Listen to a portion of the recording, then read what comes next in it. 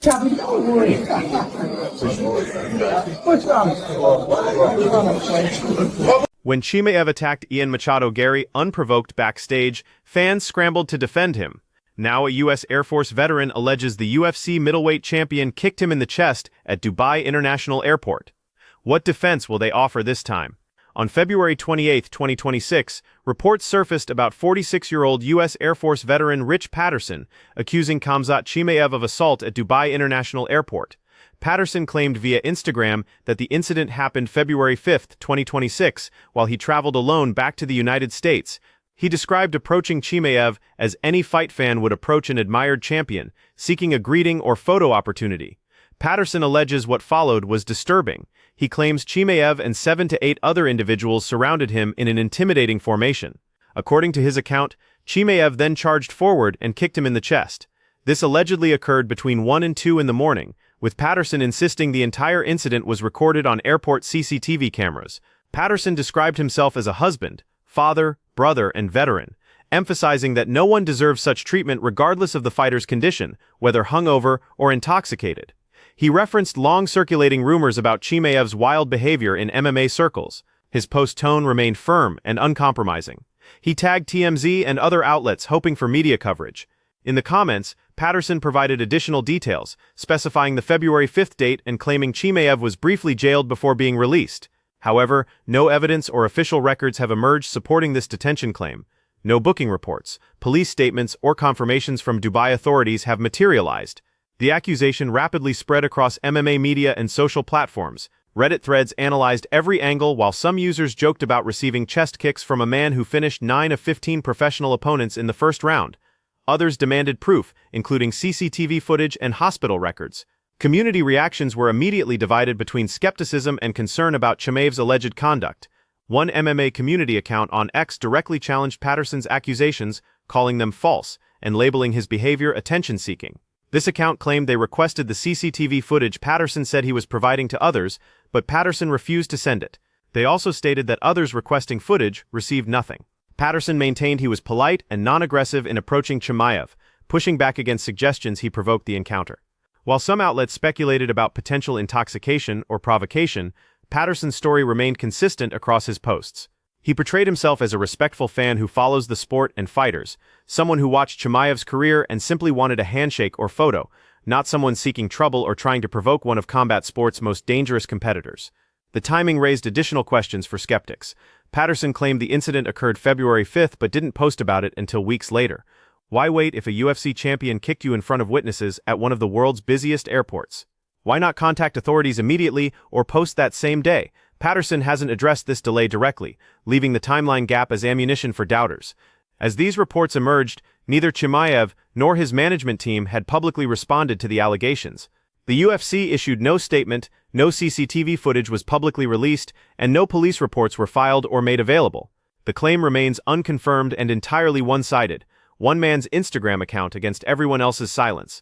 But this accusation didn't land in isolation. It landed atop years of documented incidents involving Khamzat Chimaev and people who crossed his path outside the octagon, creating a history written in confrontation.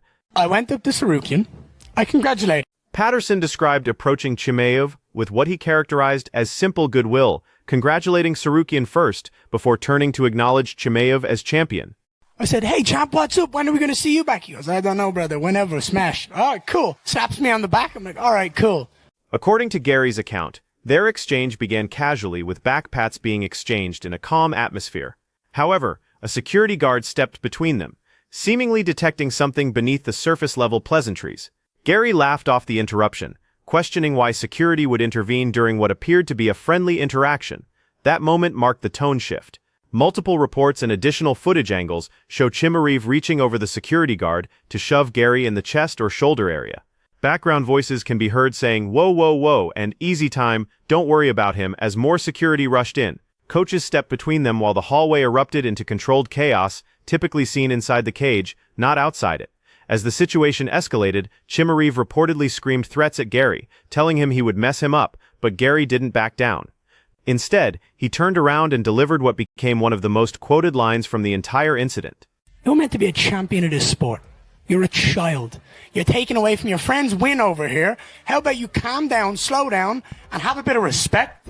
Gary's words sliced through the crowded hallway noise, pointing out what everyone else was thinking. Tsarukyan had just achieved victory, and this moment should have celebrated him. Instead, Chimaev's reaction was stealing attention away from his own teammates' accomplishment. For your friend over here, rather than trying to steal the headlines.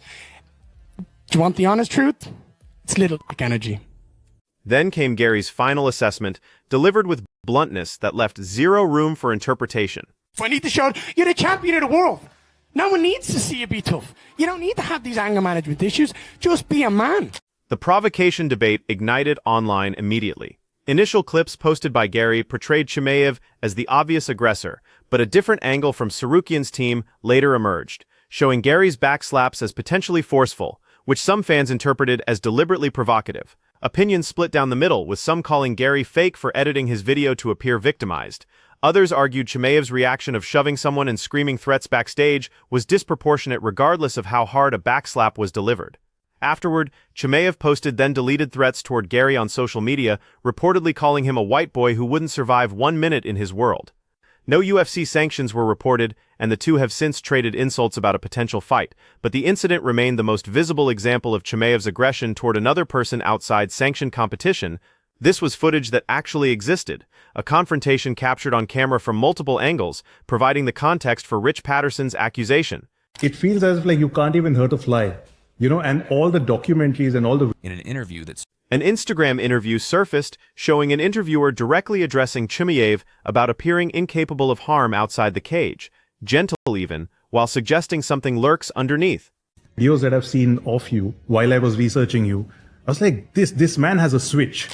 The interviewer described it as a switch that Chimaev seemingly activates at will, transforming from a soft-spoken polite person into the relentless force that has gone 15-0 in professional MMA with 9 first-round finishes. So all of us have that switch somewhere, but I think you have the ability to use that switch at will. How do you do that when you're in the ring? Where does that animalistic instinct come from? Chimaev's response proved revealing as he didn't deny the duality, but embraced it. He explained that the gym is where the switch activates, where the work happens and intensity lives. How do you put yourself in the zone? I'm in the gym, always switch up, so because in the gym... Outside the gym, in what he calls real life, Chimaev says his purpose transforms entirely. You have to work hard, and after the gym, in real life, you have to be a good man, to be a person. He spoke about helping people and being good in the world beyond fighting, then stated it as plainly as possible. Who help the people, so that's why I'm two different people in the cage, and let us... Two different people, those are his exact words describing one for the cage, a warrior whose sole purpose is fighting, dominating, and finishing, and one for the world outside.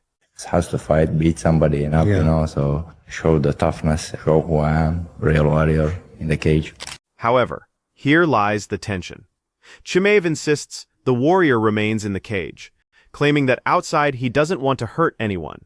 That's why it's different in the real life, and I doesn't want to beat anyone. He even acknowledged the disconnect fans experience when meeting him personally. The people in the outside. He explained that some people approach him shouting his catchphrase, "Smash," expecting the same energy they see on fight night, expecting the wolf. That misalignment between fan expectations and who Chimaev claims to be outside the cage creates peculiar dynamics.